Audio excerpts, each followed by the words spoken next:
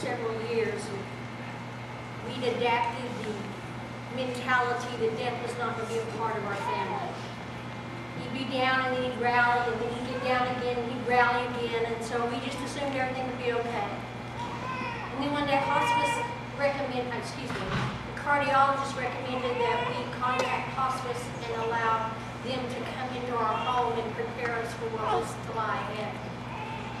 We began to have fear because all of a sudden that word hospice had been used in our house and in regard to our loved one.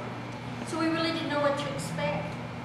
But from the very moment that they came to my work to talk to me privately so that my husband didn't have to hear all the questions and all the things that were going on, and they very graciously came and had lunch with me and discussed everything with me and allowed me to do the sign up and everything, they began to walk us through this journey.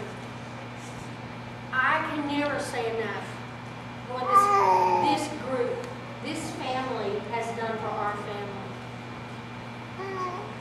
They instantly sent out a social worker who began to walk us through the power of attorney, the DNR, and all those things that we didn't have a clue where to begin.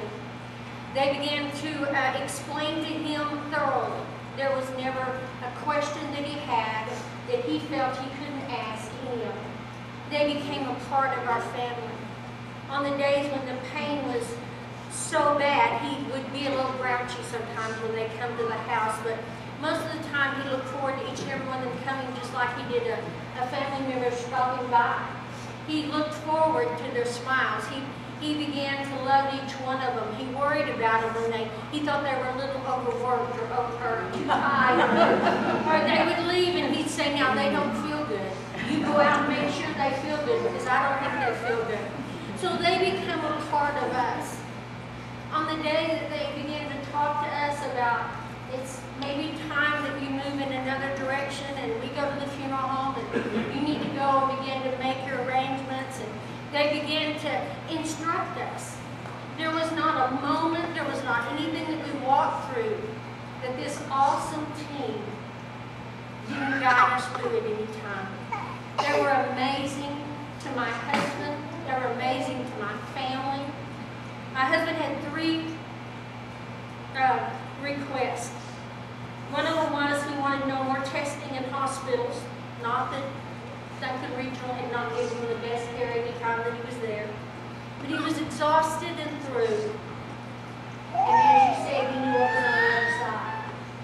So he began to be ready for what was ahead. But he wanted to stay home more than anything. And he didn't want to be treated like an invalid. He used to tell me at times, don't treat me like an invalid. And I would tell him, then don't act like one. Hospice met every need that we had, even those that we didn't know that we had.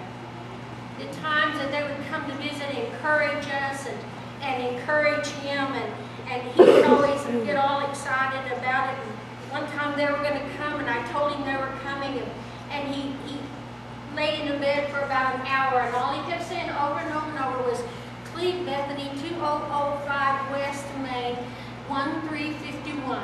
Cleve Bethany, and he kept saying it over and over. I said, what are you doing? And he said, this is what they're going to want to know. His mind began to slip, but he knew what they were going to ask, and he wanted them to know that he thought his mind was perfect. He wanted to bring that into effect. They met every need. They conversed with our doctors. They provided medication to make the last days easier and giving comfort to him and our family. Even though it was bedfast and we were doing everything for him, this hospice team made him feel important and most of all, never like an invalid, but like a man. Of all the things my family and I have to praise God and this wonderful hospice team for, with a gratitude we can never repay, is they allowed our husband, dad, and granddad to die with dignity. As a minister, I hope that everyone I can come in contact with, I can treat with a new compassion and a new respect for what this team has taught me.